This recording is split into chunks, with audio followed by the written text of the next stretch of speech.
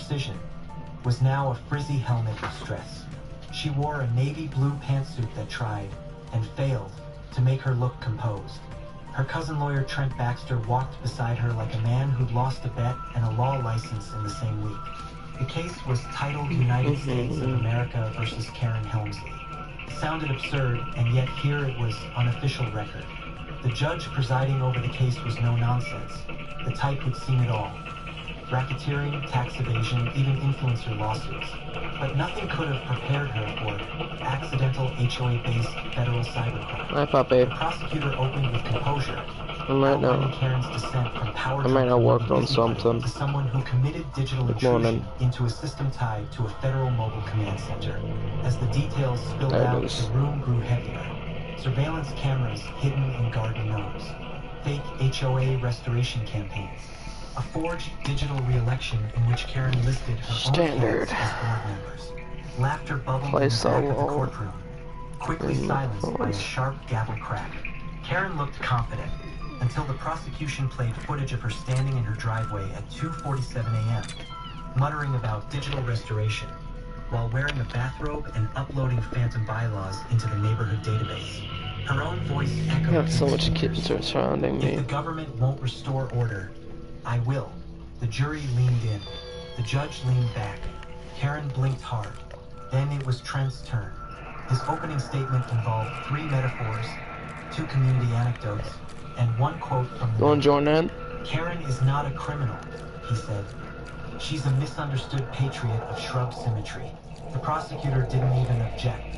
There was no need. Okay then. The case was you can go out, by the way, if you Karen want. insisted on testifying. I just gotta fix up my collab thing. Against logic, against every fiber of legal strategy. She took the stand and launched into a monologue that felt more like a rejected TED Talk than a defense.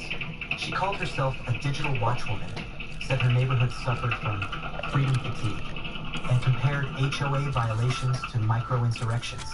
She pointed at the prosecutor and cried, "You don't know what it's like to see a trampoline appear without notice." The jury didn't flinch. They'd seen the evidence. What she thought was valiant, they now understood as manic. Okay, I am not going to say that for copyright reasons. Karen offered the line that would end up in court transcripts on t-shirts. I thought I was just resetting the HOA calendar. I didn't know it connected to the Pentagon or whatever. I don't feel like getting my video taken down. One juror covered his mouth. But welcome in. The stenographer paused typing. The prosecution, to its credit, remained focused. They called up a cybersecurity analyst who explained in excruciating detail how Karen's actions triggered alerts typically reserved That's a good for weapon. intrusions. Karen interrupted twice to ask, "Is that a real job?" The analyst confirmed it was. The judge asked Karen to stop talking. Trent asked the judge for mercy on account of strong leadership qualities. The judge raised one eyebrow and said, "Counselor, this isn't a PDA meeting. Closing arguments hit hard." Got like a nickname I can call you than yours right now? Relinquished control, who overstepped her role so far she fell into felony territory. This wasn't about garden gnomes anymore. It was about misuse of authority, violation of trust, and interference with sensitive infrastructure. When the jury returned hours later, the air was thick. They delivered a verdict of guilty on all counts. Unauthorized system access, impersonation of legal authority, and tampering with federal connected data. Karen's face didn't register shock. It registered indignation, as if they were the ones who didn't understand what it meant to enforce law and regulations with moral clarity. The judge's sentence was firm. Community service? Absolutely. Probation? Definitely. Fines? Heavy. But the kicker? A court order banning her from holding You got Call of Duty? advisory, or administrative role in any residential association, committee, or council for a minimum of 10 years. Her gavel was gone. As she was led away, Karen gave one final glance So good to have these pistols. toward us. The neighbors she surveilled, fined, and manipulated. Solid mystic She field. realized something devastating. The community didn't fear her anymore. We pitted her. C4. We watched her pass through the courtroom doors with the same reaction one might have to a malfunctioning Roomba. Loud, directionless, Puppy, you loaded up and yet? ultimately harmless once unplugged. Karen versus the U.S. government was over, and the government won. Now it was time for the neighborhood to heal, for good. Sycamore Trails had weathered the storm. Listen, there is a swearing rule, but a one-woman Category 5 control so I'm just going to delete that. Lines and privacy laws like they were mere speed bumps. Karen Helmsley was gone, not just physically, sentenced to house arrest with mandatory therapy and a community leadership ban, but spiritually. Her laminated signs had disappeared. Her clipboards had vanished. The wind no longer carried the faint scent of toner and desperation. And in the space she left behind, something surprising happened. The neighborhood finally began to breathe. It started with the small things. Residents began reintroducing the joys of yard individuality. Pink flamingos sprouted on lawns like spring flowers. Garden gnomes reclaimed their rightful territories. And wind chimes once outlawed see how good these pistols can do. Rang freely in the breeze. Carl brought out his old metal eagle statue, now sporting a tiny sign that read, "Still watching Karen." Marisol installed a motion-activated sprinkler, not for raccoons, but just in case Karen tried to return and inspect anyone's mulch. Kids chalked murals across driveways without fear of citations.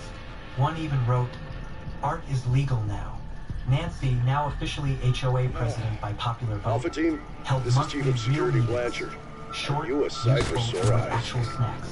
I've been holed up in the mansion since wine, yesterday trying to organize a containment and laughter response. in equal measure. Now that The you're new here, bylaws were let's lock rewritten down by that committee, AO. this time using track body language cams that and didn't sound coordinate. like it came from a legal thesaurus sponsored by passive aggression.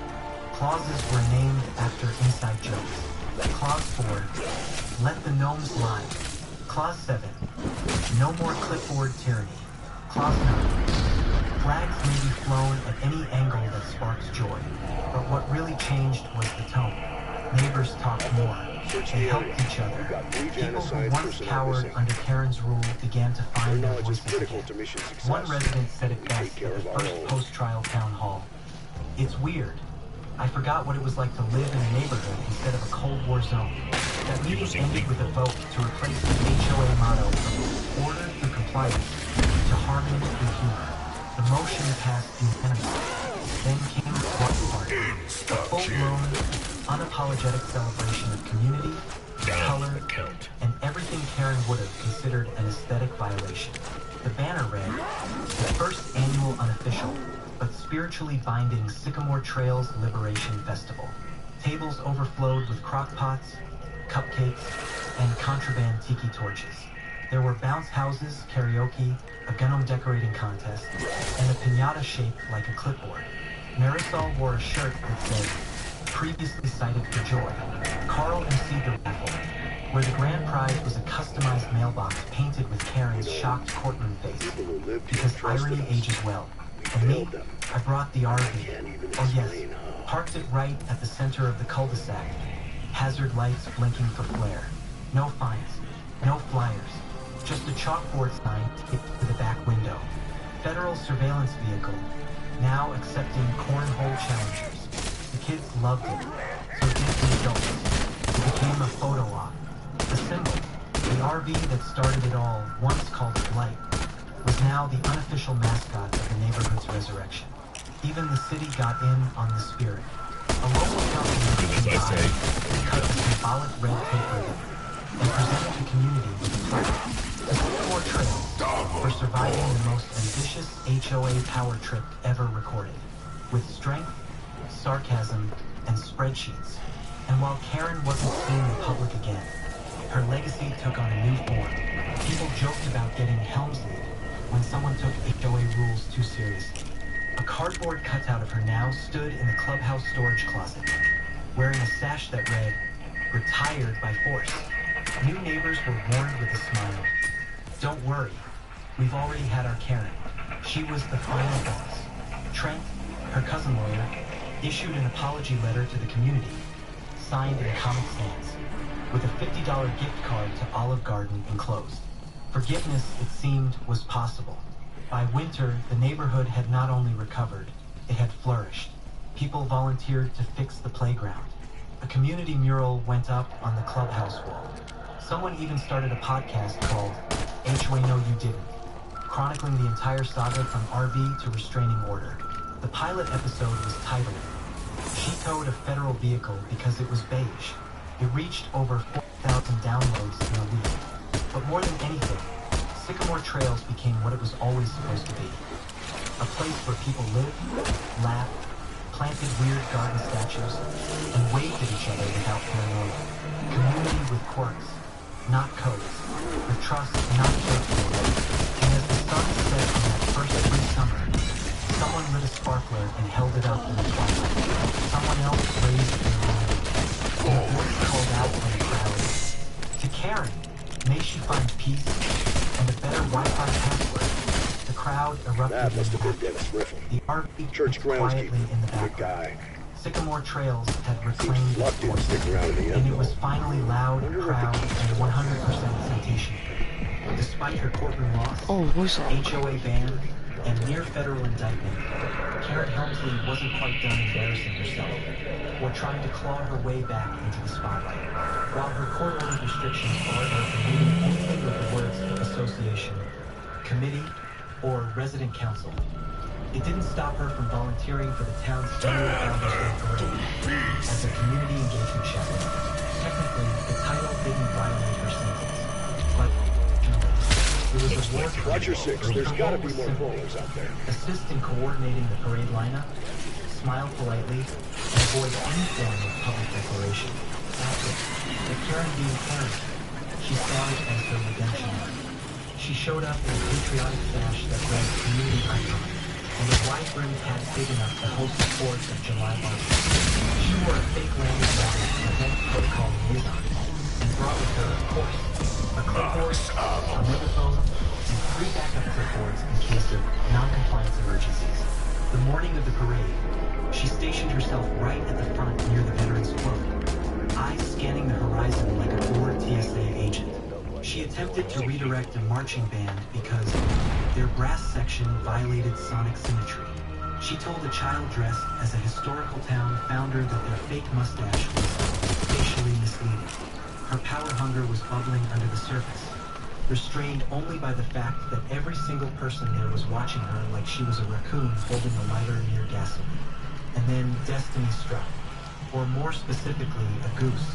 As part of the new community theme, Sycamore Goes Wild, the animal rescue float featured adoptable pets, including chickens, a rescue llama, and one very large, very opinionated goose named Captain Wallace.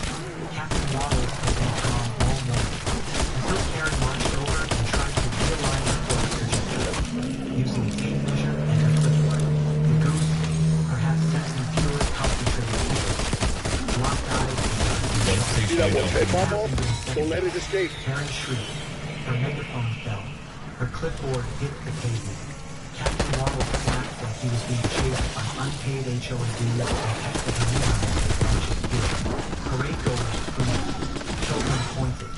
Phones flew up to record what became the most watched clip in town history.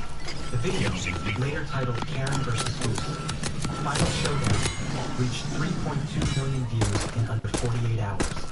Soundtracked by Flight of the Valkyries, it features Karen running in slow motion across the town square.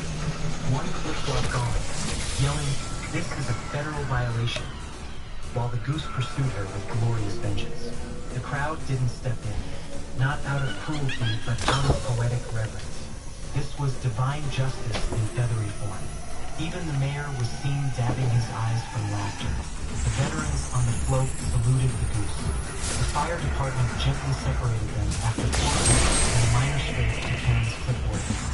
But it didn't stop there. Karen, flustered, demanded the parade be paused and that someone arrest the foul. No one complied. Someone handed her a juice box and told her to sit this one out, boss. She refused. She stormed the mic platform during the closing ceremony, hijacked the microphone from a teenage MC, and began to lecture the town on civic decay. That's when the second twist dropped. The microphone, part of a public PA system connected to the live stream, was being simulcast directly to the jumbo screen over the tennis court. Karen's voice echoed. You people need to undertake the structure, respect, decorum. You think gnomes represent freedom? You're all... And then the feed cut. because the MC, blessed her Gen Z instincts, yanked the cord and played Let It Go by the speakers instead. Karen stood frozen, literally and metaphorically.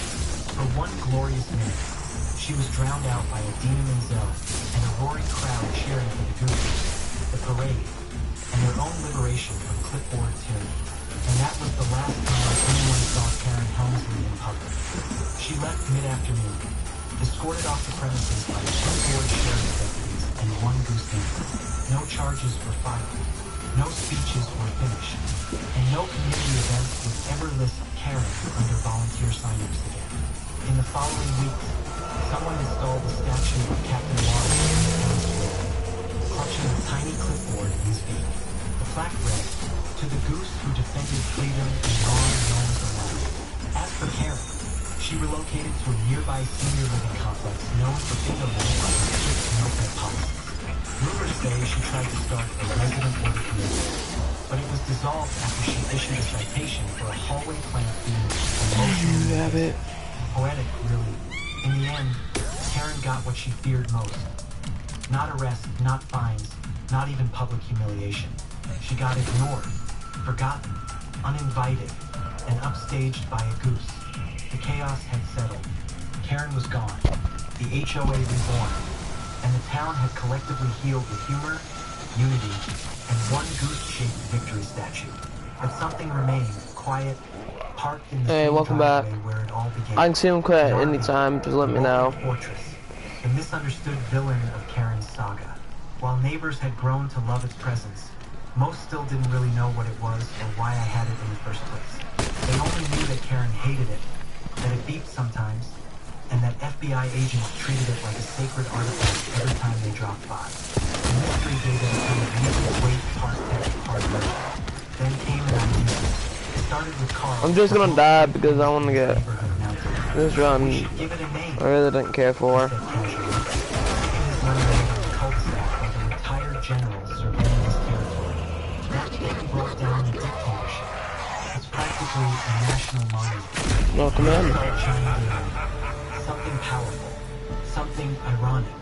Nancy, never one to waste a moment, drafted a motion to the HOA to officially recognize and celebrate the RV as a community legacy artifact, passed unanimously. So they planned a dedication. Welcome in. On the day of the event, folding chairs lined the cul-de-sac. Kids ran around with temporary tattoos of FBI badges. Someone brought cupcakes shaped like little RVs with black facing windows. A makeshift podium was set up near the RV, which had been cleaned, polished, and rimmed with red, white, and blue streamers. A speaker played the Mission Impossible theme on loop. The vibes were immaculate. I was asked to say a few words. Most people assumed I was just that tech guy with the cool RV. They didn't know the full story. Not yet. So I told them. I explained that the RV wasn't mine, not really. It belonged to the Bureau, part of a rotating assignment I'd held for years. I was a systems integration consultant for mobile response technology, meaning I built the surveillance, comms, and security infrastructure used by mobile command teams in emergency zones. Disasters, crises, sometimes raids. The RV in my driveway wasn't parked for leisure, it was parked for security. It was on standby for deployment. But there was more. 6 months before Karen declared war, I'd been working with a federal pilot program, a mobile therapy and debrief unit for first responders with PTSD. The Bureau didn't just want eyes and ears on the road, they wanted to support the people behind the badges. That RV, it had hosted counseling sessions for field agents, trauma responders, even... You wanna add me? It wasn't just a... Okay then, you can still add me. It was a safe zone. Here, let me pull up, here, wait, let me pull up my code. I paused when I told them this. There you go, it should be on stream video. You can look on the video to see. Just a plot device in Karen's downfall.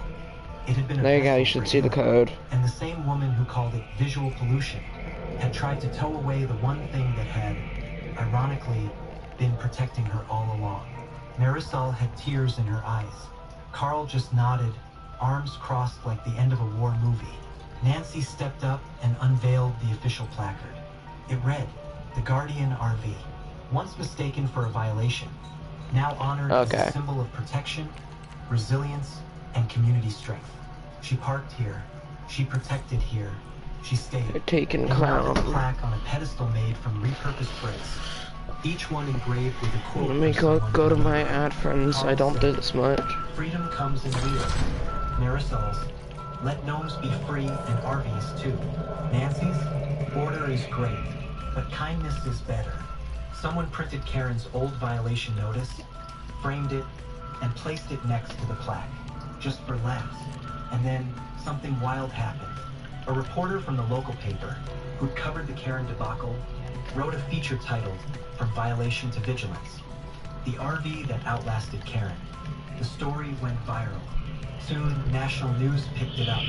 People across the country wanted to know about the HOA that took on tyranny and rallied around a rogue RV. Are you level 1? Carl got a book deal offer. Captain Waddles, the goose, was invited to a morning show. No, really. But through all the noise, one truth stuck. The community had redefined itself not by winning some HOA battle, but by embracing something they once feared. The RV started as a wedge, a symbol of division, but now it was parked in the exact same place. Taken crown. Only this time, when the lights flickered inside or the satellite dish rotated. Here, give me your number code. It should be right in front of your name when you pull up It was options. part of the neighborhood. And in the end, Karen was right about one thing. It was watching, just not for violations. For us, with Karen officially exiled from every clipboard on the continent and the RV now enshrined as a neighborhood legend, Sycamore Trails found itself at a rare crossroads. Peace. Real peace. You're not gonna be on that all Not the kind day. enforced I with know. laminated threats or yard measuring tape, but the kind built with laughter Oh, and you forgot the compromise, number. just the right amount of Cat, let go. Let go of my shoulder. John Banner. John Banner, best known for his unforgettable role as the bumbling yet lovable Sergeant Schultz on Hogan's Heroes, lived a life full of surprising twists, both on and off the screen. From escaping the horrors of World War II to finding fame in Hollywood, his journey was anything but ordinary. But behind the Should've laughter gotten and it. iconic catchphrases, his final years were marked by mystery, an abandoned house, and unanswered questions about his wealth and legacy. What really happened to John Banner in his final days, and what did he leave behind? Stay with us as we uncover the untold story of his tragic end. Get it, puppy? Early years. John Banner was born on Okay, January accept that, 28, now we'll invite you to the 1910, party. in Stanislaw, Austria-Hungary, now Ivano-Frankivsk, Ukraine, to Jewish parents. Though he initially pursued a law degree at the University of Vienna, his true passion led him to the stage, and he ultimately chose I a invited career in you. acting. His life took a dramatic turn in 1938, while Sorry, he was kitty. performing with an acting troupe in Switzerland. That same year, Adolf Hitler annexed Austria to Nazi Germany, making it dangerous for Banner Okay, I to did return it again. home. Instead, Kitty, here, he let me get emigrated this to the between my United blankets. States, where he quickly adapted to his new life and learned English. Settling in Los Angeles, he married Elizabeth Johanna Josephine Julie Routnitz on October 11, 1940. 2 years later, Take 99 home. World War II raged on. Banner enlisted in the United States Army Air Corps. He completed basic training in Atlantic City and served as a supply sergeant until the end of the war in 1945. His military service was even recognized on a recruiting poster, where he posed as an example of I invited dedication you. and patriotism. Can't- While do you not know how to Banner built a hold successful career in options? Hollywood, his past remained deeply personal. Fellow Hogan's Heroes actor Robert Clary, himself a Holocaust survivor, later revealed that Banner had lost much of his family to the horrors of the Holocaust. Broadway. John Banner made his mark on Broadway with 3 appearances on the stage. His debut came in From Vienna, a musical Why? revue that ran for 2 months in 1939. Did it glitch you out? That same year, he landed I join a you. role in the comedy Pastoral, though the play had a very short run in November. Here, pass me party leader. His final Broadway performance came in 1947 with The Big Two, another brief production. Early in his career, before mastering English, Banner had to learn his lines phonetically, showcasing his dedication to his craft. breaking into film. Banner appeared in over 40 feature films, often cast in roles that reflected the turmoil of World War II. His first credited film role came in Once Upon a Honeymoon, 1942, starring Cary Grant. See you under the Easter egg? Where he played a German captain. He later portrayed a Gestapo agent in Chetniks. Okay, then give me one sec. 1943, a war film from 20th Century Fox. Though he disliked being typecast as a Nazi officer, these were often the only roles available to him.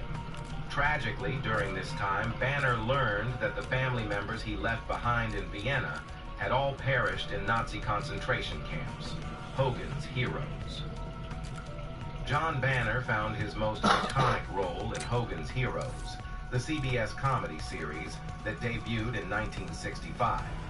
He played Sergeant Hans Schultz, a bumbling but lovable German guard stationed at a World War II prisoner of war camp. Despite being responsible for overseeing the prisoners, Schultz often turned a blind eye to their elaborate sabotage and intelligence-gathering operations. I'm ready. His main priority was staying out of trouble with his superiors, which led to his famous catchphrase, "I hear nothing, I see nothing, I know nothing." As the series progressed, this was shortened to the even more memorable, "I know nothing, Give me a sec. nothing." Interestingly, Banner had used a similar line years earlier in a 1961 episode of The Untouchables, possibly foreshadowing his future role. Banner's physical transformation played Did a you part not in his download life Zombies? before marrying his French wife, Christine Guillemette, on June 19, 1965, he weighed 178 pounds. He later credited her cooking for his weight Hey, up to again. 260 pounds, which helped Okay. shape his portrayal. Try to be ready up then. His character's warmth and comedic charm were reflected in Schultz's backstory. Yeah, it says one more member does not have access. We'll go try multiplayer. A fitting detail that underscored his gentle nature. Beyond his popularity with audiences, Banner was deeply loved by his fellow cast members. In the Hogan's Heroes DVD commentary, his co-stars fondly recalled his kind and generous spirit. Though the show satirized the wartime setting, Banner, who was Jewish, made it clear that Schultz was not a Nazi, telling TV Guide in 1967, "Schultz is not a Nazi. I see Schultz as the representative of some kind of goodness in any generation." It kicked you out? Appeared in every episode of the series throughout its 6-season run. While Hogan's Heroes was still on the air, he reunited with co-stars Werner Klemperer, Leon Askin, and Bob Crane in the 1968 Cold War comedy The Wicked Dreams of Paula Schultz. Oh, what did you do? I invited you. After Hogan's Heroes. After Hogan's Heroes ended in 1971, John Banner took on a new comedic role as Uncle Lotzie, a bumbling gangster in the short-lived sitcom The Chicago Teddy Bears. Though the show didn't last long, Banner remained a familiar face on television. His final acting appearance came on March 17, 1972, in an episode of The Partridge Family. Not long after, he stepped away from the spotlight and retired to France with his second wife, who was originally from Paris. Beyond Hogan's Heroes, Banner appeared in over 130 Click start films and mission. television shows. Notable films include The Blue Angel, 1930, where he played a supporting role, and The Fighting Gorillas, 1943, where he portrayed a German officer. His television appearances spanned various genres, showcasing his Click standard and then Liberty Falls. death. On January 28, 1973, his 63rd birthday, John Banner passed away due to complications from a ruptured abdominal aortic aneurysm. He was in Vienna at the time, visiting friends in the city where he had once lived before fleeing the rise of the Nazi regime. The mystery of his headstone.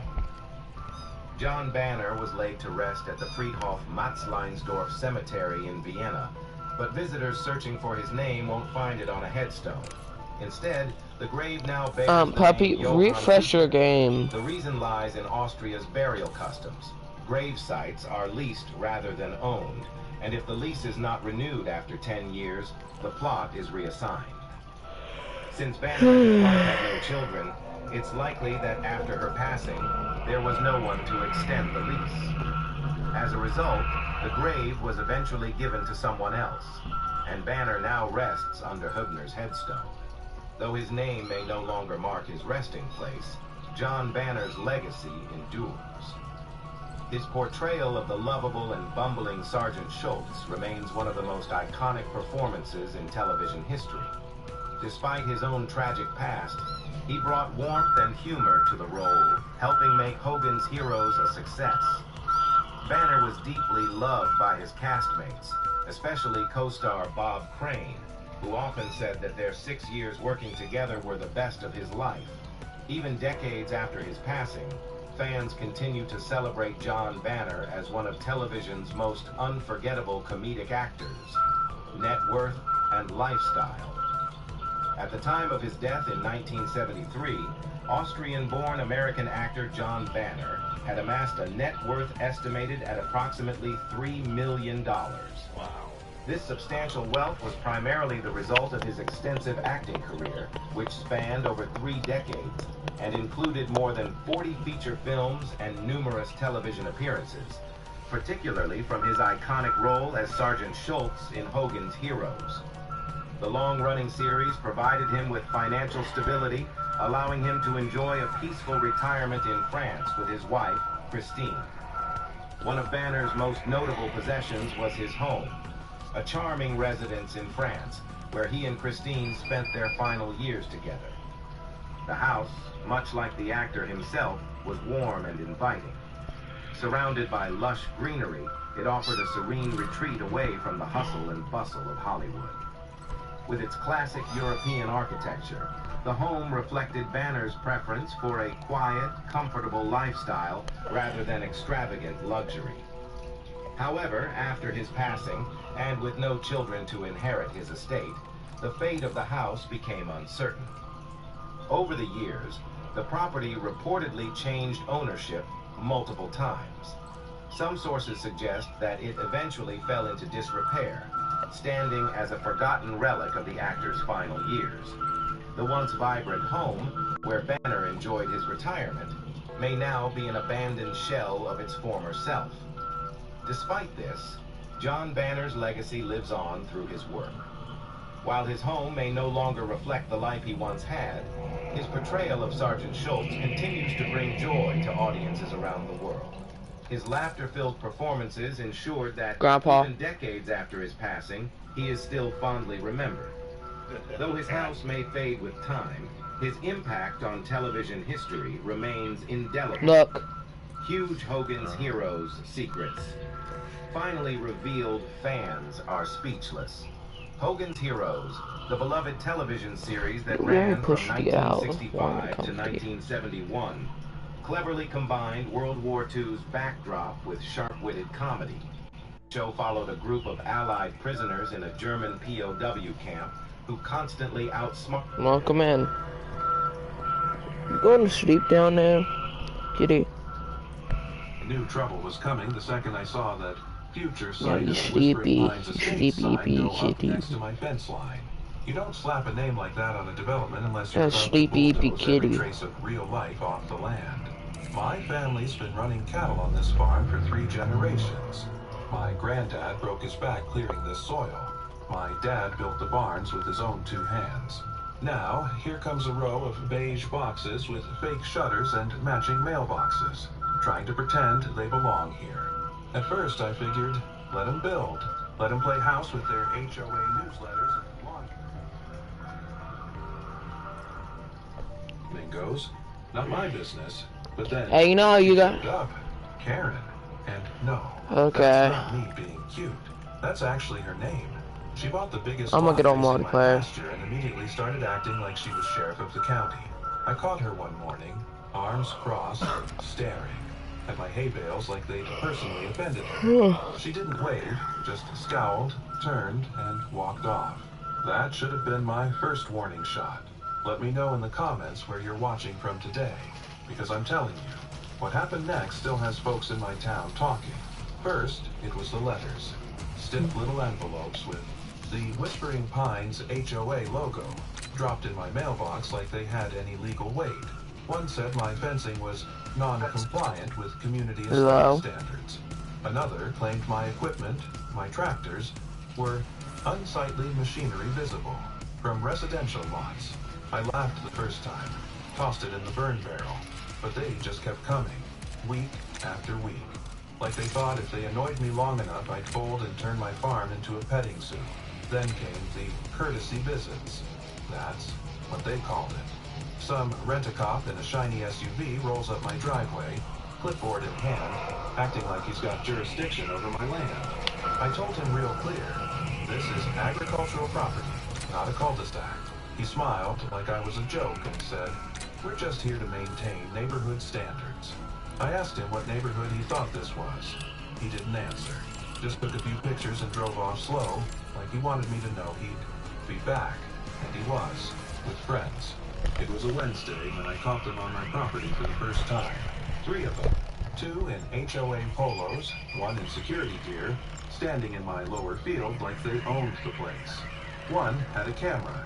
Another was pointing at my irrigation pump.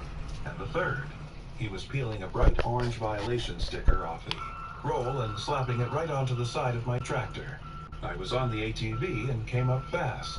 They didn't hear me until I killed the engine. When they turned around and saw me, all 3 rose like deer in the headlights. I said, y'all must be lost because they sure as hell ain't wasting their time. There's a nerve to say, technically, your property line is currently under review due to encroachment. I swear my jaw nearly unhinged. I told him if he didn't unstick that sticker and get the hell off my land in 10 seconds, I'd show him what non-compliant looks like up close. Not in a hurry. They smirked, like they thought I was bluffing. Those smirks wouldn't last. After that, things turned ugly fast. I started finding footprints near my barn, fresh ones, too deep to be mine. My west fence line cut clean through one morning, like someone wanted to accidentally let my cattle wander on HOA land. But the final straw came during the worst drought we'd had in 10 years. I walked out to check the irrigation system that feeds my upper pasture, where most of my herd grazes, and the ground was bone dry. Not a single drop flowing. I followed the line back and found the valve had been manually shut off. No damage, no malfunction, just turned deliberately. That day, I lost a quarter acre. My cattle were restless, pacing, bellowing from thirst and heat. Still, she tells me it's a civil matter. Says unless I got video of someone trespassing, there's nothing you can do. I asked him. So I need to wait until they burn the barn down before anyone steps in? He didn't answer. That's when I stopped waiting for help. If no one was going to protect my land, I'd do it myself. I spent that night in the barn. Boots, up on a hay bale.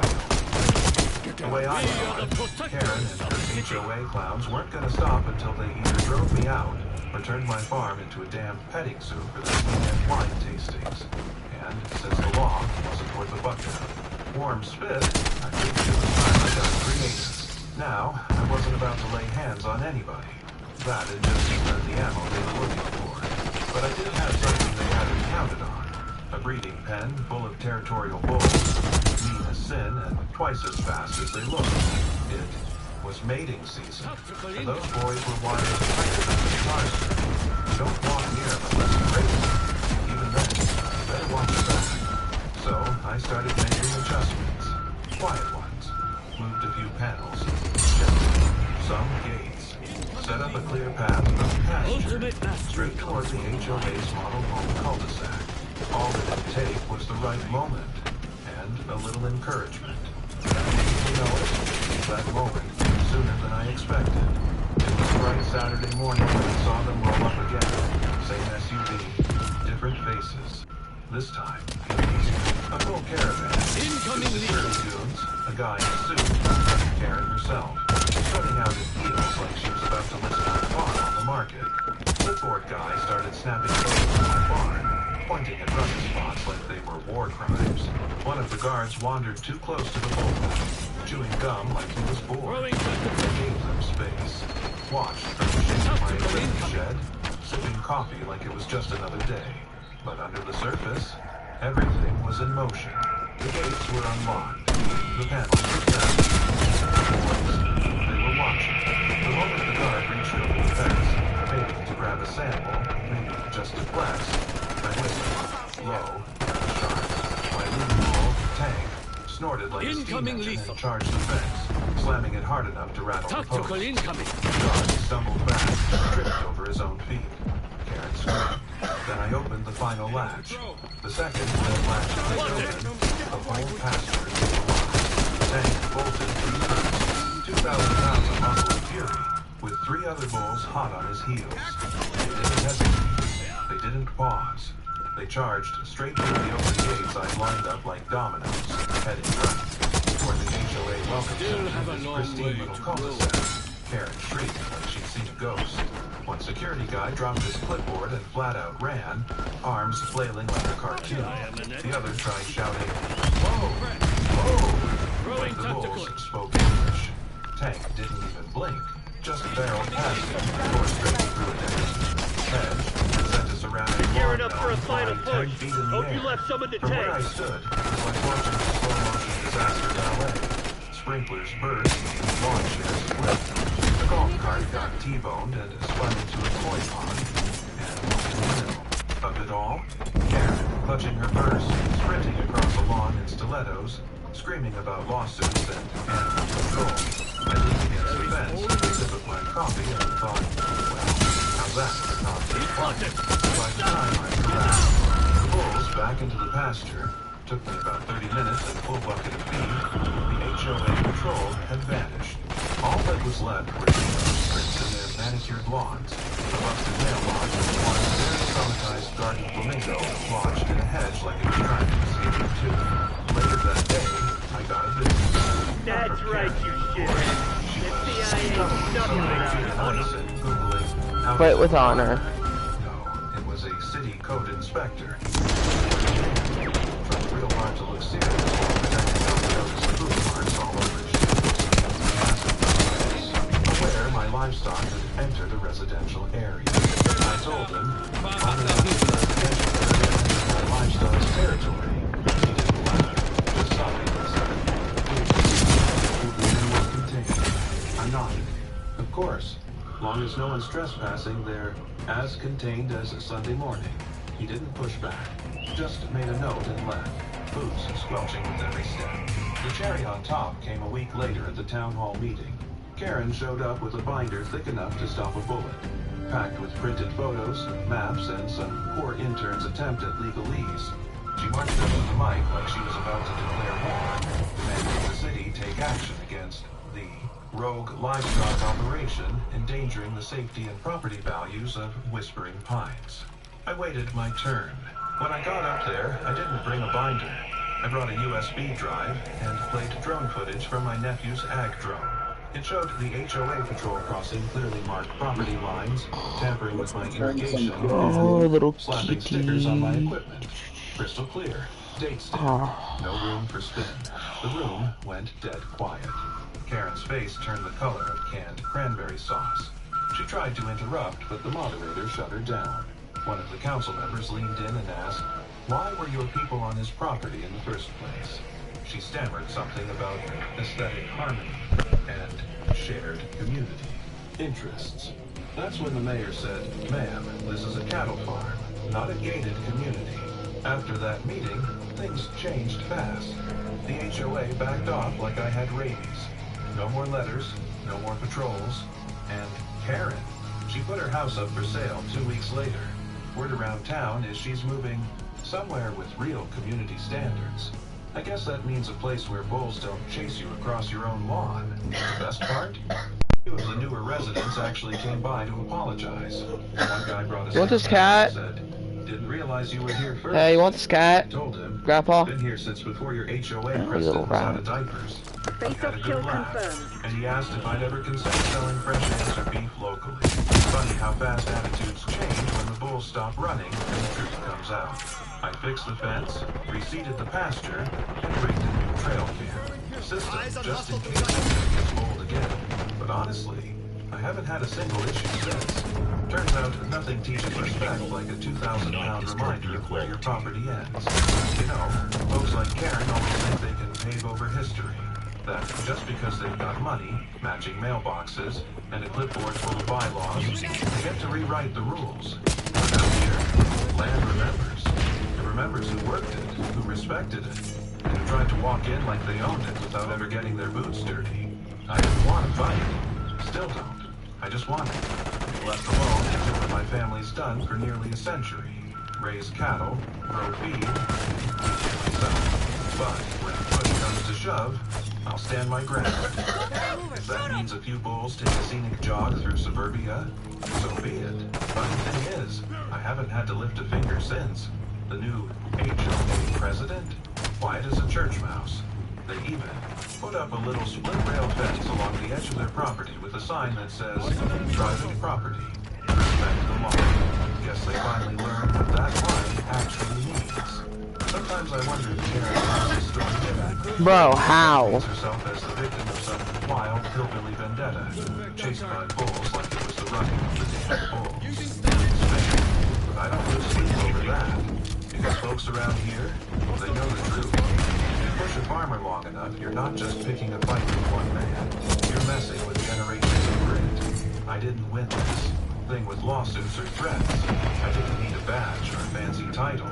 I just knew my land, knew my livestock, and knew exactly how far I was willing to go to protect what's mine. And now, things are quiet, peaceful even, just the way it should be. Like, if you like, stories where cleverness beats entitlement. Check out my playlist here. There's a few more like this you won't believe. And, hey, let me know in the comments.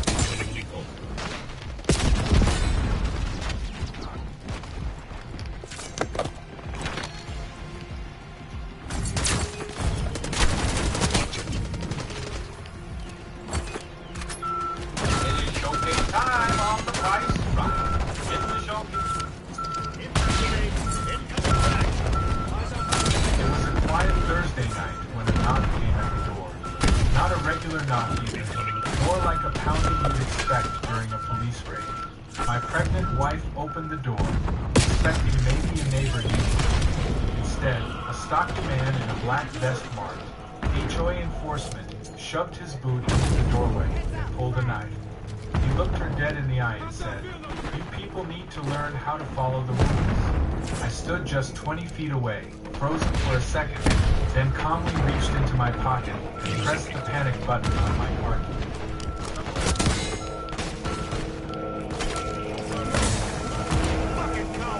In our porch kit, I didn't yell. I didn't panic. I simply said, "You just bought yourself a problem bigger than you understand," and walked toward the gun safe. That was the moment the thug realized he picked the wrong door. Just 2 hours earlier, the evening had been normal. My wife and I had been planning the nursery layout, arguing over paint colors and whether or not a stuffed giraffe was really a necessary addition. I had gone out to the garage to look for an old paint swatch when I heard the knock. At first, I ignored it. We get the occasional package or campaign flyer, and usually the dogs bark before I even hear the bell. But when I heard the second bang, louder, faster, I started walking back inside. My wife had already reached the door and opened it before I could call out. I heard her voice say something calm like, "Hi, can I help you?" Then I heard a man, rough and patient, talking over her. By the time I got to the entryway, I saw him leaning in, hand on the doorframe, clearly agitated. He was wearing cargo pants, boots, and a black vest with a cheap stitched patch that looked like it came from an online surplus store. HOA enforcement doesn't even exist. I knew that. Everyone with a brain knew that. But this guy was waving around a clipboard like he was some kind of authority figure. Then, as my wife tried to close the door, he jammed his boot in the gap and pulled a small knife from his pocket, flipping it open with a click that immediately spiked my adrenaline. I'll never forget the look on my wife's face. It wasn't fear. It was something colder. She had been through enough already with the HOA and their harassment. But this crossed into a whole new category. And as I stepped into view, Her eyes locked with mine. No screaming, no chaos, just a silent communication between two people who had been through their fair share of fight. I calmly pressed the panic button hanging from my belt loop. It wasn't just for the cause. That button connected to the house's security system. Cameras, alerts, and automatic exits. We had installed it after the HOA accidentally fined us for a fence they claimed didn't exist, then removed the fine after losing the paper. That night, I was glad I opened it. The man looked at me and hesitated. I still they didn't say a word. What are you saying? Around and walked slowly down the hall to the basement door. I could feel confusion as I unlocked the door and descended. By the time I returned, he was gone. I didn't have to chase him. The system already tagged his face, captured his Juggernog. and pinged the footage to our secure cloud. Within minutes, law enforcement was on their way. Rewind a few weeks, and the signs were already there. The HOA had recently elected a new president, Karen Westbrook, who came in swinging like she was running for sheriff in a spaghetti western. She rolled out new policies without board votes, created ridiculous enforcement rules like no driveway chalk, no garage doors open longer than 5 minutes. The neighborhood was furious, but Karen had a strategy: intimidate the quiet ones and surround herself with yes men. That's when her volunteer HOA patrol started. What? They wore cheap vests and used old two-way radios Okay. to march around Go like they were some kind classified. of private police force. I brought it up at the last meeting, asked where the authorization came from. Karen responded with a smirk and a patronizing. Classified. Some people just No. don't like accountability. Nobody voted for patrols. Nobody authorized weapons. But when I asked to see the minutes, they had already been archived. I tried to warn the neighbors. I Little even made adorable flyers cat. explaining the limits of HOA power and the legal risks of letting untrained security act on behalf of the board. Most nodded along. A few even told me to run for president next term. But the problem was immediate. Karen wasn't put you back waiting. down. And clearly, Warms up. neither was her thug squad. Back in the present, once the man ran off, I made sure my wife was okay, double-checked the footage upload, and sat with her while waiting for the sheriff. She was visibly shaken but composed. We had been through worse.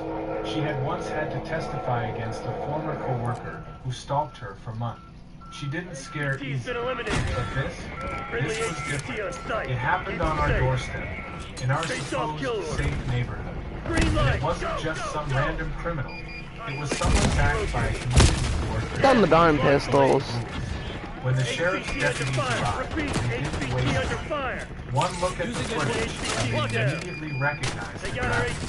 The man was identified within hours thanks to facial recognition and license plate data. I'll see that. Turns I see it now. out he wasn't even arrested. He lived 2 towns over and had been hired. Of course, by Karen herself. Apparently, he was a friend's cousin who volunteered because he was in communities. The deputy looked me in the eye and said, "Sir, if you hadn't had cameras and components, this would have gone a whole different way." He wasn't wrong. That night, I didn't sleep. Neither did my wife. Instead, I started preparing every piece of evidence I had, from the HOA emails to the footage, to my prior complaints, all organized in a zip file. I didn't want revenge. I wanted justice. And by morning, justice was already knocking on Karen's door. Because that wasn't just an angry man with a knife. That was an act of aggression enabled by an unregulated HOA contract. And I had just started to fight that. The basement safe wasn't just some gun locker I bought from a big box store. It was custom built into the foundation, behind the false wall panel I installed myself. When I said I was unlocking something necessary, I meant it.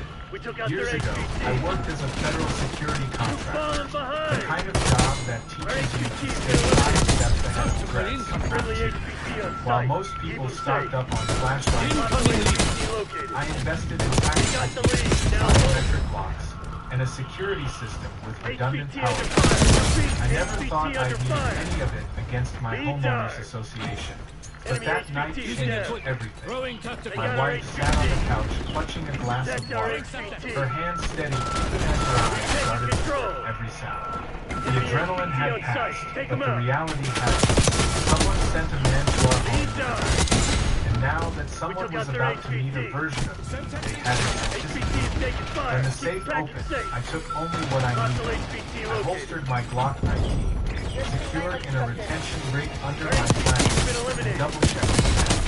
I wasn't preparing for a firefight, but I wasn't walking into the next interaction blind either. It wasn't about showing up. It was about being prepared. Melody? No melody, but they underestimated us. I don't know. I wasn't giving them another shot. I reviewed the force cam footage on my tablet, scrubbing through it frame by frame to capture his face, posture, and the way he held the knife, laid out aggressive, just enough to be classified as a threat. His boot on the door frame nice. was a push that crossed the line from intimidation into unlawful entry. With everything documented, I sent the entire package to a secure cloud drive and backed it up on 3 separate devices. 15 minutes later, red and blue light spilled into our living room. The deputies didn't come in casual behavior. They swept the perimeter, checked the windows, well. making sure no other inchoate thugs were lurking nearby. I greeted them at the door, weapon already secured back in the safe. They appreciated it. Once inside, I gave them a full account, handed over the footage, and provided my wife's statement. She was composed, measured, but you could tell something had shifted in her. She didn't cry. She didn't raise her voice. She just stared forward, answering every question like she was. Her calm made the room colder. One deputy asked if she wanted to press charges, and her answer was absolutely. By midnight, they had already identified the suspect using facial recognition from the footage. His name was Daryl Rios, 34-year-old with a long trail of minor infractions. He was personally assaulted security. Nothing violent on record, but his behavior showed a pattern. Victory! He wasn't a resident. He didn't live in our neighborhood. He didn't even have a friend here. His connection? Karen Westbrook. She had apparently... And of course it's Terminator guide. Got it. And several internal emails we weren't supposed to see. One of the deputies figured they might be more than just friends, considering the number of inventory checks we cashed last quarter. Yeah, of course it's me that got killed. The next morning, Karen made her move. She strutted Juggernaut. like she was about to deliver cookies, wearing her usual pastel suit, Juggernaut. sunglasses like she was auditioning for Real Housewives of the suburbs. She didn't even know. She rang the doorbell twice and folded her arms like she was doing me a favor by waiting. I opened the door only halfway, made sure the security camera was recording, and said nothing. She launched straight into her speech, no apology, no shame.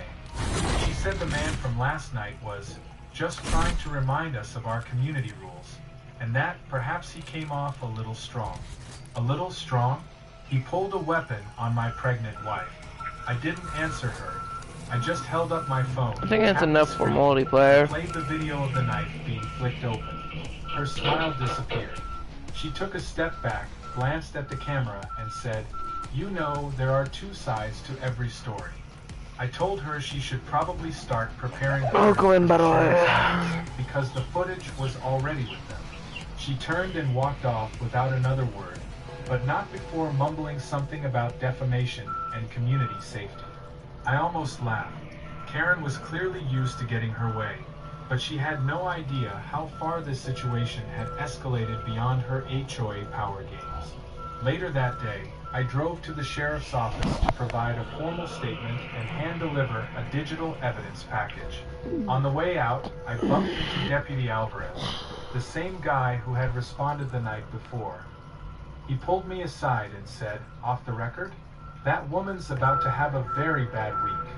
Apparently, they'd received multiple complaints about HOA enforcers harassing residents, but no one had evidence strong enough to press charges, until now. My footage had opened the floodgates. One neighbor already came forward saying they were followed by a black SUV with tinted windows after attending a dissenting HOA meeting. Another reported a late-night knock similar to ours but hadn't answered. By the time I got home, word had already started spreading. A neighbor 2 houses down flagged me over while I was checking the mail. He asked if it was true someone pulled a knife on my wife. I might not chill told on him it stream. was. His jaw dropped. Then he Call told it me a day. Karen had approached him 2 weeks ago asking if he knew anyone willing to help keep order, whatever that meant. She offered him $50 I just got done with the to wear a multiplayer vest game. and patrol the neighborhood on weekend. He thought it was a joke. Now he was worried he should have reported it sooner. That night, I compiled everything. Should I go into a random report Liberty I called Falls and HOA just help Incident someone Live. complete the Easter It egg? included the porch cam footage, For fun. timestamps, Daryl's criminal record, screenshots of Karen's involvement, and statements from my wife and me. I didn't send it to the Yeah, I'm gonna go HOA. random and find some random people to do an Easter egg for. In the neighborhood, complete with a subject line that read, "This is what happens when you let power go unchecked." Guess how much kills I got with my The response was GC45? I received over a dozen emails from neighbors 7,540 who had kills. assaulted, harassed, or otherwise manipulated under Karen's new rule. Many admitted they hadn't spoken up Because I they usually didn't use want this a lot. retaliation. I'm about to get to Now, with 10,000. evidence and momentum, they So I've were been ready just to farming act. up. I knew then that this wasn't just about what happened on my porch. It was about the system Karen had built. A fake power structure hiding behind real HOA rules. She had taken a neighborhood and turned it into her personal kingdom, complete with foot soldiers and a warped idea of justice. But now the curtain had lifted, and this wasn't over. Not by a long shot. The HOA meeting that night was scheduled like Let's get it to at least held at the 300. community center at 7 p.m., open to residents with stale coffee and barely functioning I better hurry because I'm about to get in a But match. this one wasn't going to be business as usual. Word had spread like wildfire. The emails I sent had done more than I'm beginning. just inform. They had Hello. Oh, Master Splinter. I don't see him much. Single Less than HOA yesterday. meetings were now filing in with crossed Never been arms. so glad to see backup arrive. You could feel I'm gonna do the Easter egg for you guys. like static.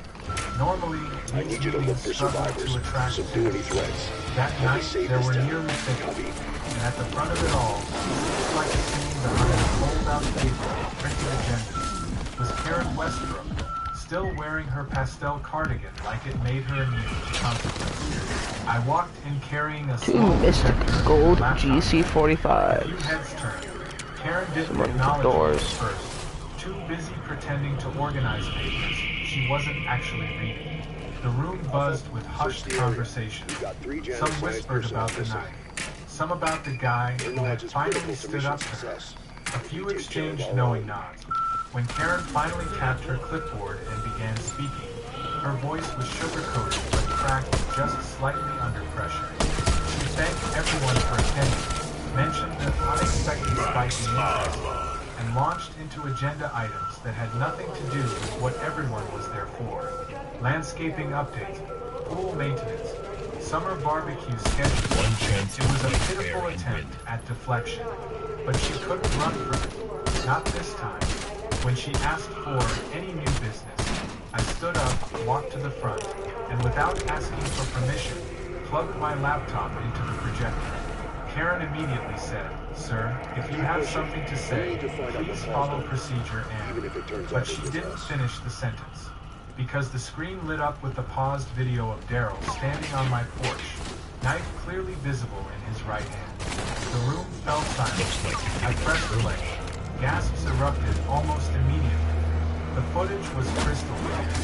Daryl's voice rang out across the speakers, aggressive, threatening. My wife's calm response. The moment he pulled the knife. The panic button, me walking away, saying the words that had now gone viral among the neighborhood's private group chat. You just bought yourself a problem bigger than you understand. I stopped the video right after that, letting the silence sit like a stone in the middle of the room. Karen stood up, visibly flustered, and said, "This has nothing to do with HOA business." But a man near the back interrupted A her. diamond. He shouted, "Are you serious? You sent a thug to threaten someone's pregnant wife. Nani? That's not our business." Another voice Jeez. chimed in. You let strangers play security guard with weapons. That could have been any of us. Someone else yelled. That's a lot of This coins. patrol thing. It spiraled from there. Voices rose. People began shouting over each other. Karen tried to regain control, banging a plastic gavel like it meant something, but no one was listening. That's when one of the quieter neighbors, soft-spoken Italian, stood up and said, "She told me I couldn't hang my wind chimes because they were weapons in a windstorm." People laughed, but not in a kind way. More like the kind of laugh that comes when anger breaks through the surface. Another resident said he'd been fined for leaving his trash bins out for 12 minutes after collection. One woman said she was warned for having too many tomato plants. Karen had turned small rules into weapons, and now the neighborhood realized they So are we high rounding or are we doing Easter egg? Then came the twist no one saw coming. A man in a navy blazer stood up near the front row. I didn't recognize him at first, but others clearly did. He introduced himself as Craig Marlowe, former vice president of the HOA before Karen took over. He had moved out 6 months ago, but had shown up that night after hearing what happened. And he had receipts, literal ones, printed emails, meeting minutes, correspondence between Karen and the rest of the board. In one of them, Karen had forged Craig's name to push through emergency powers after his resignation. Another showed her suggesting the idea of volunteer security as a way to enforce compliance faster without the board's delays. Then came the real bombshell, an email where she described Daryl by name and said he was just aggressive enough to get people in line. The room exploded. People shouted, cursed, some even walked out and started calling legal hotlines right there in the parking lot. Karen tried to deny everything, claiming the emails were edited or taken out of context. But the timestamps and email headers were too solid. Craig had backed everything up before leaving, suspecting this kind of stunt might eventually come to light. He wasn't surprised. It just took longer than he expected. As the yelling reached its peak, Karen slammed her folder shut, stood up, and screamed, "You're all being manipulated by lies and videos. You think he's the hero? He's got a gun safe, or God. That backfired spectacularly. One of the elderly women sitting near the front smiled, and thank God he does. You sent a criminal with a knife to our doorstep." Karen looked around and realized she was alone. No backup, no support, just a sea of angry neighbors and damning evidence lighting up a projector screen. I didn't have to say another word. Someone called for an emergency vote. That was within the bylaws. If a majority of homeowners in attendance called for it, it could be executed on the spot. Karen shouted that the vote was illegal, that they couldn't remove her without a board quorum. But the former VP explained with a certainty that she dissolved the board herself last month in a power move, claiming emergency restructuring. That meant there was no quorum, just her. And without a functioning board, the community's homeowners had full authority. The vote took less than 5 minutes. Out of 53 people in attendance, 50 voted, 2 abstained, 1 voted no. But even she knew it didn't matter. Hey, someone come over here and shoot this. She grabbed her bag and stormed out, muttering about lawsuits and calling her attorney. Someone from the back muttered, "Better make it a criminal defense lawyer." And laughter erupted again, this time with actual relief behind it. After the meeting, I was approached by nearly every person in that room. Some shook my hand. Some apologized for not speaking up sooner. A few offered me a seat.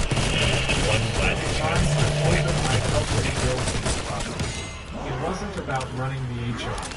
It was about making sure something like this never happened. One neighbor, an older man with a Vietnam veteran hat, said, "I've seen some stuff in my day, but I never thought I'd be grateful for a guy with a Glock and a camera in the suburbs." That night, I went home and sat with my wife on the porch. Let's go bowling! The weight that had settled on the neighborhood for months had finally cracked and lifted. It wasn't over, not with legal consequences still to come. but it was the first night in a long time that felt peaceful. And for the first time since that knife came out, we both breathed easy. The HOA thug was in custody. Karen had been voted out, but best of all, the community had found its voice, and there was no turning back. The fallout began faster than anyone expected. The morning after the vote, Karen's name was stripped from every HOA document, mailbox placard, and newsletter draft.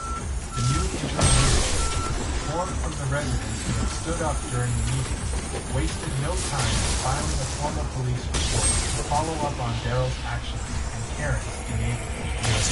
But that was only the beginning. When the sheriff's department received a full evidence package compiled by myself and the community, they escalated the situation immediately. It wasn't just an assault case anymore. It was impersonation of an officer, unlawful entry, conspiracy to intimidate, and possibly misuse of HOA funds. The district attorney personally called me 2 days later. He wanted a full statement on record and hinted that the county was preparing formal charges against him. What began as an incident on our front porch had now spiraled into a full-blown legal storm, and Karen was right at the center of it. At first, she tried to play it cool. She posted a long, rambling message in the neighborhood group chat claiming she was the victim of a smear campaign. She blamed me, claimed the video was heavily edited, and said Daryl had only acted in self-defense against a hostile homeowner. The comments underneath didn't go how she expected. Residents tore into her. One person wrote, "So pulling a knife on a pregnant woman is self-defense now?" Another wrote, "You sent a man to my house last month who takes pictures of my kids' toys in the yard." Chonkarts! Not leadership, that's wrong. Within minutes, the entire thread turned into a digital portrait, and Karen was losing heart. She deleted the post, but screenshots were already circulating. The first court date for Daryl was scheduled barely Ruined my phone score. It was just an arraignment, but the courtroom was packed. I sat near the back with my wife beside me, her hand resting gently on her stomach, as if shielding the baby from the ugliness in the room. Karen showed up, too, sitting several rows ahead with her arms crossed and a look of smug defiance plastered across her face. She tried to avoid eye contact with me, but I could tell she knew this wasn't going away. The prosecutor laid out the charges: aggravated assault, trespassing, impersonating a public official, and 1 count of felony intimidation. Daryl's public defender tried to downplay the issue, calling it a misunderstanding. But when the judge asked if he had any training, that was a boring match. or authority to act as a security officer, I'm already Daryl bored of shook Call his of head Duty. and said, "Karen told me it was fine." That's when everything shifted. The judge paused, still in the looked Call of Duty directly at stream. Karen, and asked the prosecutor if she was being investigated as well. The answer came swiftly, yes. The courtroom gasped. Karen turned red. I could see her jaw tighten as her carefully built world of control and manipulation began to crack.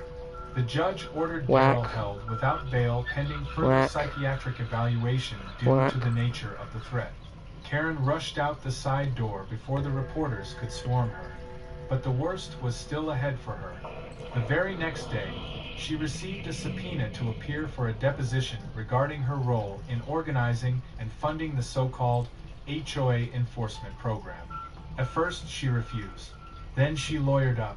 When the deposition finally took place, the transcripts read like a self-destruct button being pressed. Me and him's the same height.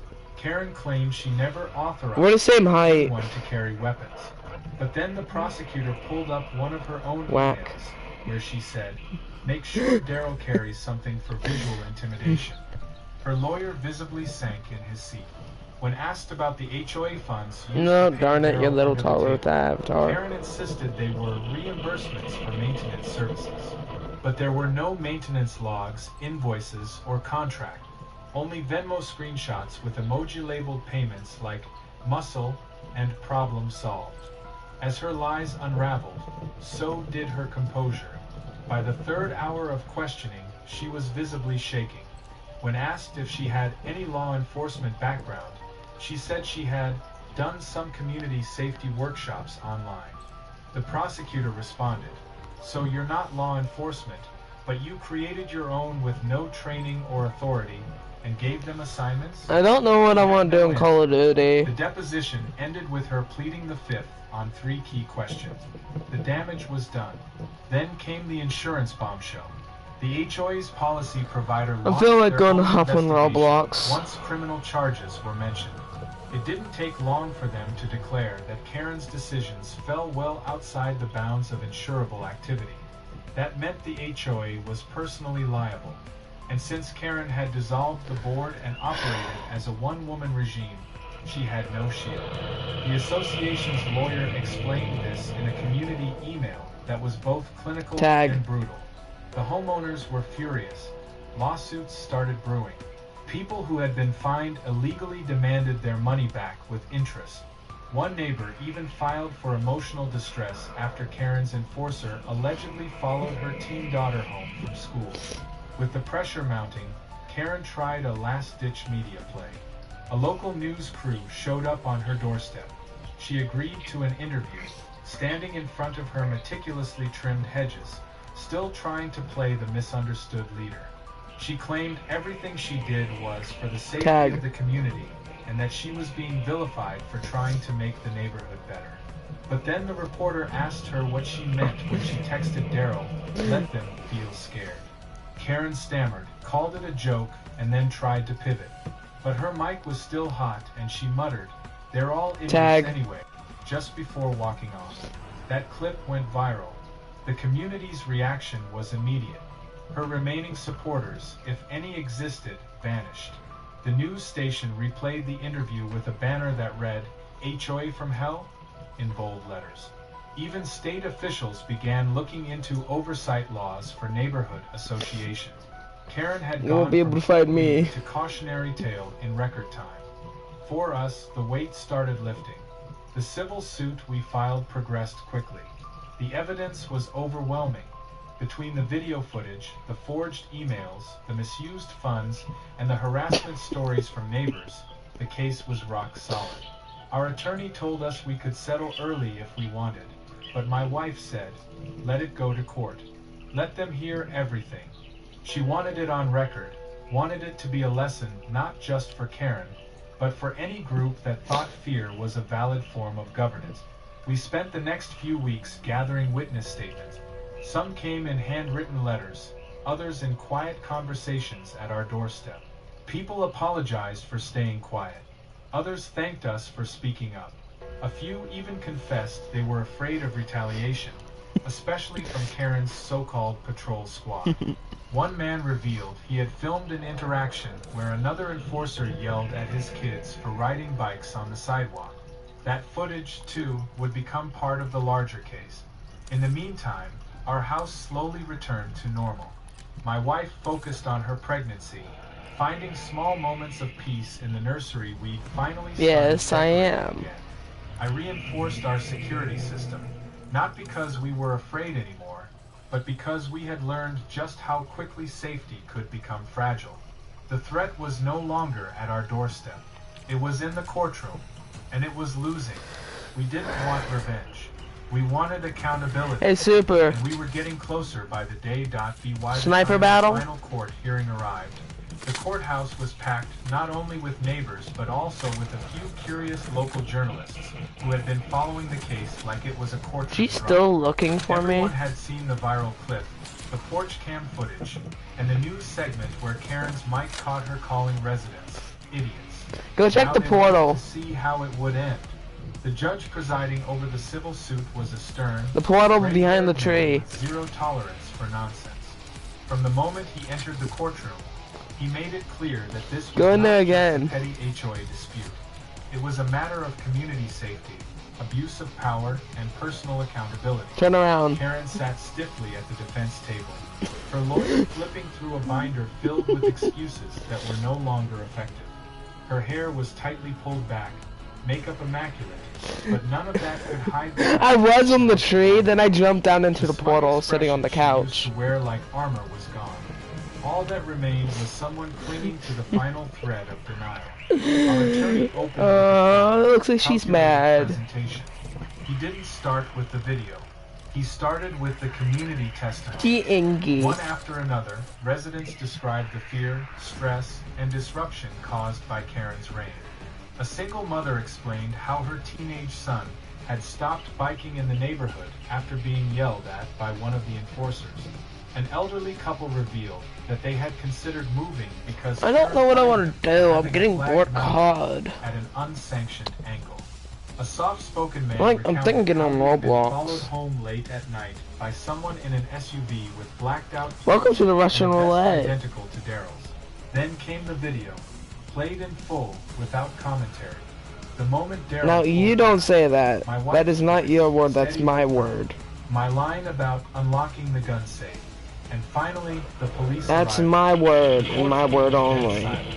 Karen's defense tried its best to argue that Daryl had acted on his own, that she never gave any orders encouraging intimidation, and that the emails and texts were taken out of context. But by now, the pattern was undeniable.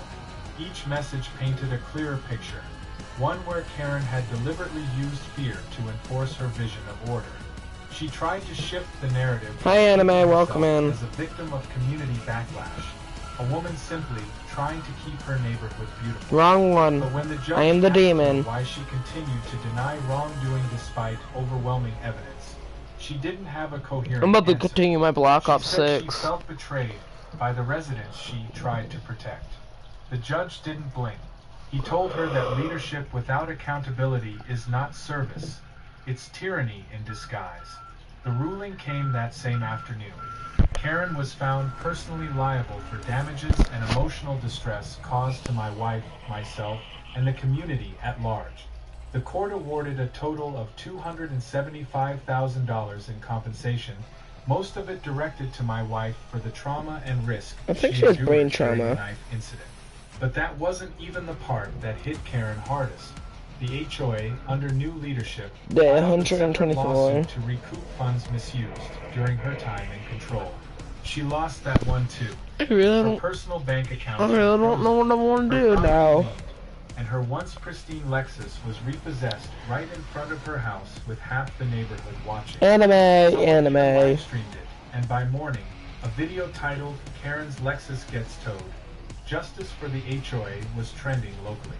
What followed was almost poetic. Karen moved out within 2 weeks, her house going up for a rushed private sale to cover her legal costs. She didn't say goodbye to anyone, just packed up her things, pulled the shutters closed, and vanished like a storm that had He can stand finally back blown up. itself out. A week later, her house was stripped of the pastel pink shutters she'd insisted all homes should have, and a new family moved in. A young couple Leave blocked Super out alone. every neighbor on the block their first weekend. The neighborhood itself seemed to breathe easier. Rules were rewritten with community input. Fines Hey, can you kick him out? reversed where appropriate, and the new board members included a retired judge, a high school teacher, and an Army veteran. People waved at each other more. Kids played in driveways. No, I'm gonna stumble in the balls with my Someone horns. even repainted the HOA office mailbox to read "For the People." But the most surprising Yeah, I already stabbed him in the change balls. came during our baby shower. A few neighbors organized a surprise party for us, transforming the community center into a warm, laughter-filled room filled with streamers, cake, and gift. One present stood out, a tiny white onesie with bold letters across the chest that read, "Born free from Karen's HOA." Dude, The stop. entire room erupted in laughter when we held it up. It wasn't just a joke. I'm trying to play my Call of Duty and I We had don't. stood up, fought back, and changed something that most people assume can't be touched. HOA power has always felt untouchable, like a shadowy hand behind Sit the up here with curtain. me. But this time, the curtain had been yanked wide open. We didn't just remove a bad actor. We exposed how quickly power can spiral when people are afraid. Yeah, I'll sit on the small. A few You weeks get up. As life returned to normal and we settled into late-night baby prep routine. Yeah, let me get on one on the ground so you It was can from the sit. district attorney's office, informing us that Karen had accepted Dude, a plea deal back to avoid off. further criminal charges. She would avoid jail but be permanently barred from holding any leadership position in any HOA, housing Purchase authority, it, or community organization in the state. That might not sound dramatic to some people, but in our world, that Behave. was everything. Karen had built her entire identity around Anime, being how in old are control. you, by Now, question? legally, she couldn't control a single street lamp. That sounds I like mounted it's the someone letter that's in a young shadow that's box doing it. and hung it above the gun safe, the one she never even saw. It wasn't to gloat. It was a reminder that preparation, calm action, and truth win over threats and manipulation. A reminder of how close things Yeah, are sure. going very wrong. A Report reminder that the quiet 13. ones often carry the biggest response when pushed too far.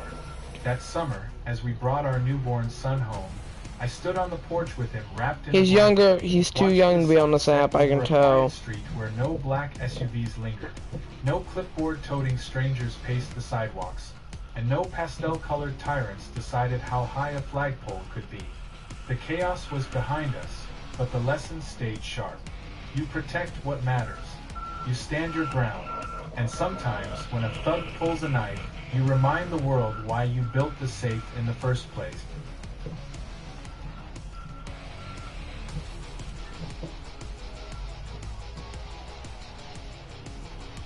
I'm sitting in a report It started at 11:23 because I know p.m. he's on probably Saturday under night. 13. The kind of night where you just want to unwind with some ambient jazz and a heated blanket. But 13-year-olds know when they never are lasts told long, to stop. especially with Karen living next door. Her porch lights have been flickering like a disco strobe. I've been sitting here since AFK and I need guests to. pouring and dressed like they were attending a suburban version of the Met Gala. All glitter and fake Versace. I didn't think much of it. I really don't care if they're Karen new, throws these little HOA inflated but swatches every other they gotta weekend, learn always calling to them stop police when we stations. say. As if the HOA personally handed her a golden scroll of approval. But at exactly 11:23 p.m., just as I was about to brush my teeth, I was about to go continue my mat not a gentle neighborly of grinding knock. camos. No, this was the I'm entitled to your time knock. I opened the door in my robe, toothbrush still foamed up in my mouth, to find Karen standing there in a full sequin jumpsuit holding an iPhone with a visibly dying battery screen. Do you have a charger my guests can use? Their phones are dying and we need to keep the party lit, she said, like I ran a tech And with kiosk me, at my I kitchen. just, blinked. it was just It's annoying because I'm almost trying to midnight. continue my COD and kept on doing I had that. just told a knock-knock joke and she was humoring me. So, I told her, as politely as one can when wearing fuzzy slippers, that I wasn't comfortable lending out my personal electronics to strangers. Yeah, I I'll didn't get up even there know. too. Her eyes twitched. Well, the HOA says neighbors are supposed to I don't be know if I, oh accommodating. yeah, I can. Give me That a was a sec. lie. There is no Bit HOA difficult for rule my about ear, lending yeah. chargers. And if there was, I'd burn Just don't run where my fire pit. I said, I'm pretty sure the HOA doesn't regulate USB. I am sorry, courtesy. Super. She huffed and walked off without another word, but not before muttering, "This isn't over." Now, I've dealt with her petty power plays before. Parking complaints. My tail has traffic pierced your measurements, Even a chest. written HOA citation for my wind chimes being emotionally disruptive. But this was new. I figured that'd be the end of it. I locked up, brushed off the weirdness, and went to bed. He's But at literally 4:07 my wing. Yes, Oh my and god, yeah. I was wrenched out of sleep by the most My unholy combination of a doorbell right ring, wing is pounding touching fist, and a dog literally barking at the not cord. far. I I think stumbled to the it's door, not touching his shoulders, adrenaline luckily. surging, half dreaming it was a fire or some emergency. It was Karen, in a Yeah. raincoat over pajamas, phone in hand, flanked by two very confused looking police Let's go to officers. zombies and That work on pale. more Mystic She Gold. shrieked like she was You want- unveiling a fugitive. Oh yeah, you I said blinked later. Again, this time harder. Ma'am, one of the officers I was about to say Mystic Gold "We grind. received a call that you were hoarding emergency charging equipment. I swear on my unopened AppleCare warranty." Now I gotta go I get almost camo laughed. and another pistol. Karen chimed in before I could even process. My guests had essential communication. I gotta go needs, get Mystic Gold and on he another maliciously pistol. refused. The cops So I can looked get over, Apple. then back at me, then at the charger This is a 9mm. on my kitchen counter. I don't know how "Are good you it is, a but phone charging facility?" one asked, clearly regretting his life choices. I gestured at my plaid pajamas. "Do I look like a Verizon store?" They asked if there was any conflict or physical confrontation. "Unless I rolling counts." oh as yeah, an I'm assault," Prestige 5 I said. now. One of them rubbed his temple. Karen was now filming. This I'm is going to going viral. sidelines.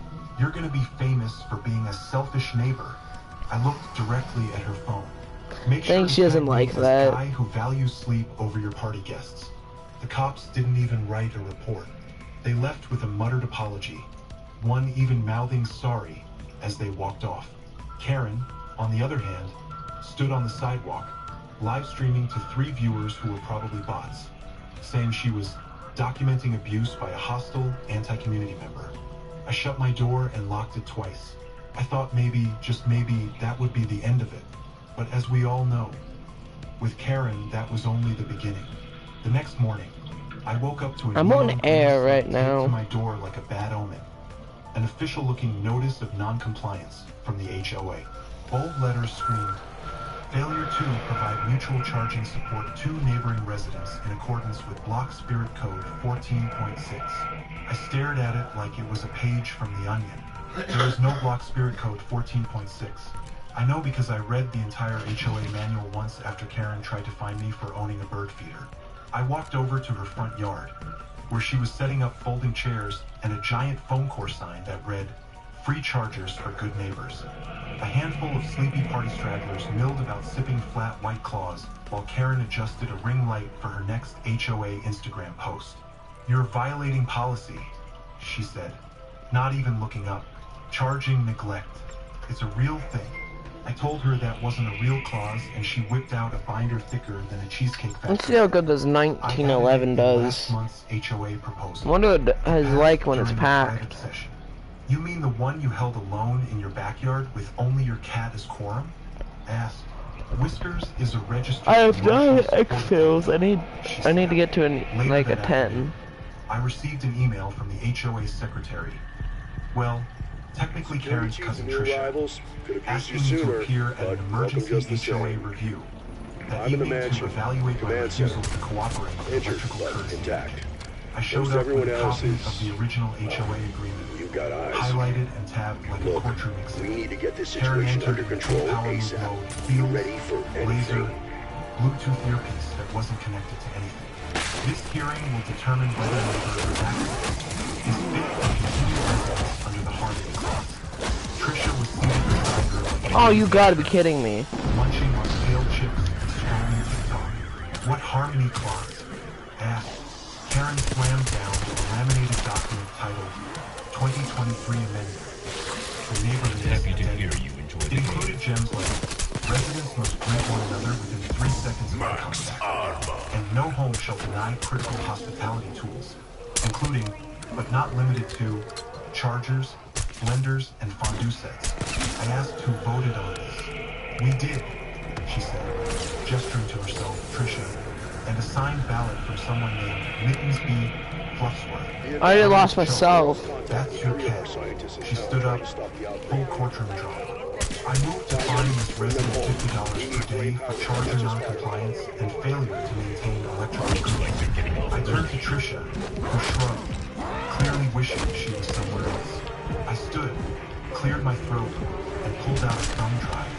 "I anticipated something like this," I said, clicking it into the HOA laptop. A slideshow popped up titled, "The Absurdity of Karen's Fake Bylaws." A brief tour. Slide 1. A close-up of the charger in question. Slide 2. A screenshot of her party invitation caption, "BYOC, bring your own charger."